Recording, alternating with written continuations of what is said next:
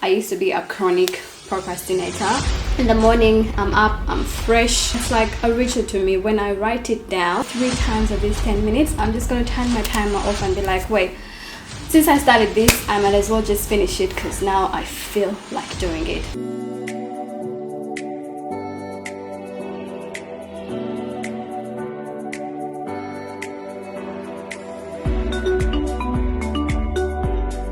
Hey guys, welcome back to my channel. Thank you so much for tuning in. If you are new here, welcome to my little YouTube family. Please click the red subscribe button right over there so you don't miss out on great content that is also really empowering. And if you are returning, I'm just thankful for you guys. So in today's video, I just wanted to talk to you guys about something that I have talked about before on my channel in this video right here and this one right here. If you're anything like me, I used to be a chronic procrastinator, like with everything, with school, with work, everything. Like I would procrastinate on everything. I reached a point in my life where everything was actually falling apart.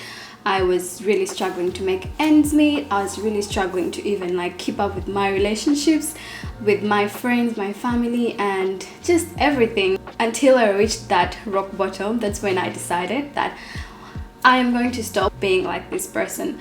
And the very first thing that I did was actually purchasing a book of Amazon. I really can't tell you what it is that reading does to you, especially with something that you have made a full choice and commitment to change about yourself. But yeah, it really changed my life, and from then I've just been adding onto that kind of foundation to develop myself. And yeah, I'm just gonna get started. The very first thing that I'm gonna start with is I use a timer to get things done. So this particular tip has two sides of it. One side is I use it to actually get things done. For example, my school assessments, I'm like, oh, I am going to set a timer for 10 minutes. I sit down on my computer and then I start to do it with my timer on. And the thing is, I keep looking at my timer, and I think that actually gets me going. I'm like, oh wait, I actually have 6 more minutes, 2 more minutes. When I have 2 more minutes, I'm like hurrying. And when that timer goes off, I'm like, okay, I'm just gonna do another 10 minutes. And after 3 times of these 10 minutes, I'm just gonna turn my timer off and be like, wait, since I started this, I might as well just finish it because now I feel like doing it. And the second tip is I use it to actually procrastinate and be lazy. So if I have spent the whole day like trying to do assignments, trying to run some errands, trying to plan my YouTube videos, trying to do like all these things in my life, you get to the point of where you're like easily distracted. That's when I realized that I'm actually tired and I need a break. So I use the time as well. Usually with resting, I actually do 30 minutes or more because I want to have more time so that I can actually feel guilty to get back to what I'm supposed to do, if that makes sense. Second tip, your mind is for creating ideas and not for keeping them. You can't trust your mind to remember everything that you need to do. You can't trust your mind to remember an idea that you did have. Or even like you can't trust your mind to remember something that you have to get from the store. I got little notebooks and pens everywhere, in the bedroom, in the bathroom, in the kitchen, in the living room, in my car, everywhere, so that if I remember something or like something that I have to get from the grocery stores, I just write it down immediately. And when I do write it down, I forget about it. I'm relieved of like trying to remind myself and actually not focusing on things that I have to do. Third tip is actually finding your motivation. It's kind of like a planning tactic. If you're planning things that you need to do and you don't even have any motivation to do them, you're not going to come up with a better plan. For example, I can be motivated to have a clean house. That means I'm going to actually schedule in my calendar, set reminders, and even set plans for a day in a week to actually make that happen.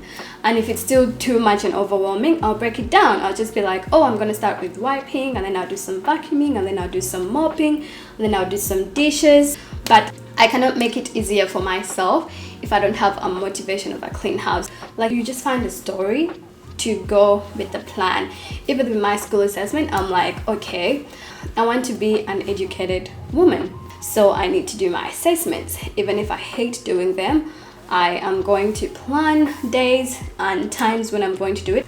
The fourth thing is actually, I find that if I actually set aside an activity or a task that I can actually procrastinate on, it helps me to be able to do these other things that are actually important and unconsciously, because I already have something I'm procrastinating on.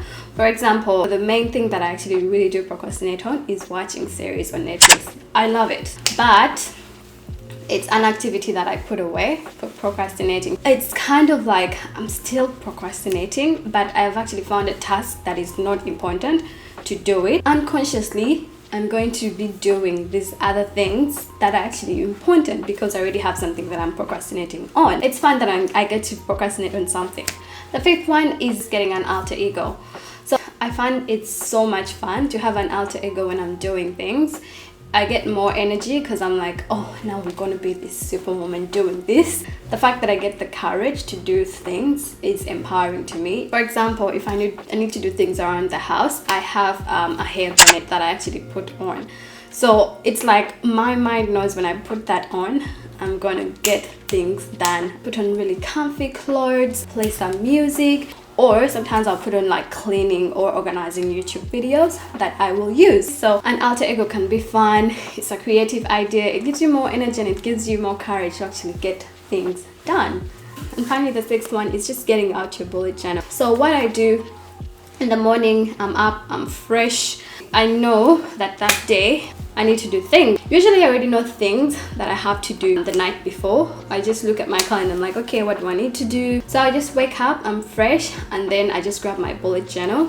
I write down the things that I have to do that day. It's like a ritual to me. When I write it down, it signals my mind that, girl, there's some things that you need to do today. And that also helps like the negative thoughts and also other things that are not productive to go in, because it's already said that I have to do these things. If I'm finished with those, then yeah, we can go crazy on Netflix. I hope this video was nice and insightful to you. It's okay sometimes to just lamp out. Things happen. As usual, I really appreciate you guys. I hope you have a great day, a great week, and a great life. And please, please, please leave a comment below on any tips and tricks that I didn't mention in this video, and also subscribe to my channel so you can get some great empowering content.